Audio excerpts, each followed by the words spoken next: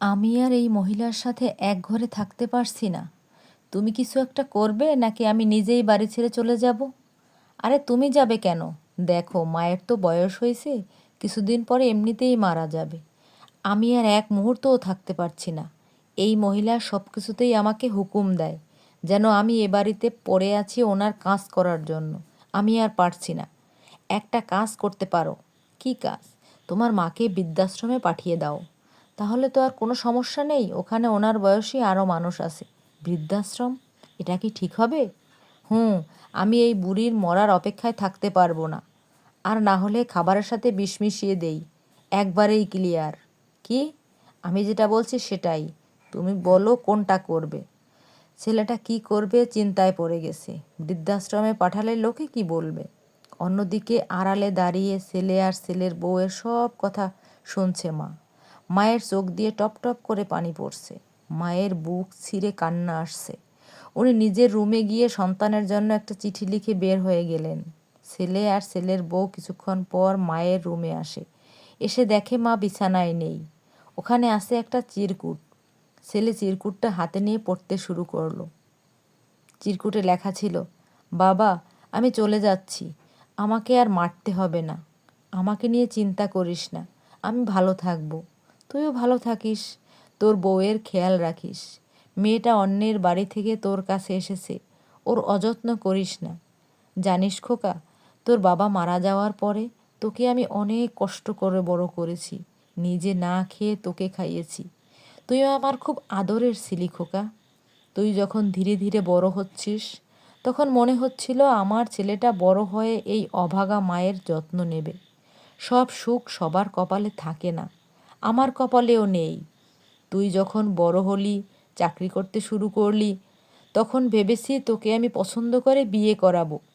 কিন্তু তুই যখন বলছিস তুই একটা মেয়েকে পছন্দ করিস, তখন আমি দুইবার না ভেবেই রাজি হয়েছি। কারণ আমি চাই আমার ছেলেটা সুখী হোক। খোকা জানিস, আমার মনে খুব কষ্ট রে। কথা বলার একটা মানুষ নাই আমার। তুই কি বলতে পারবি শেষ কবে তুই আমার সাথে বসে একটু কথা বলছিস? শেষ কবে আমাকে জিজ্ঞেস করছিস, মা তুমি কেমন আছো? মা তুমি খেয়েছো কি না? আমাকে শেষ কবে তুই মা বলে ডেকেছিস? আমি সব সময় অপেক্ষা করতাম আমার খোকা আমাকে একবার মা বলে ডাকবে। অনেক দিন হয়েছে তোর মুখে মা ডাক শুনি না।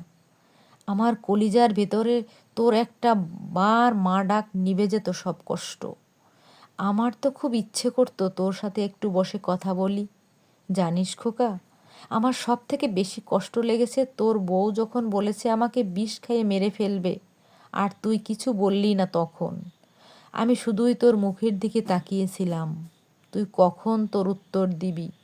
তোর মাকে মারার কথা বলছে তোর বউ, কিন্তু তুই বৌমাকে বলে দিস তোর যাতে খেয়াল রাখে। বৌমাকে আমি সব সময় নিজের মেয়ের মতো দেখেছি। আঘাত পাবে কখনো এমন কথা বলিনি। হ্যাঁ, এটা ঠিক যে আমি ওকে ওর কাছে সব কিছু চাইতাম। কি করব বল? আমার তো বয়স হয়েছে, নিজে রান্না করে খেতে পারি না। পেটের খিদে সহ্য হয় না। আগের মতো সেই বয়স তো আমার নেই যে নিজের সব কাজ নিজে করব। তোকে বড় করার জন্য আমি সারা জীবন মানুষের বাসায় কাজ করেছি।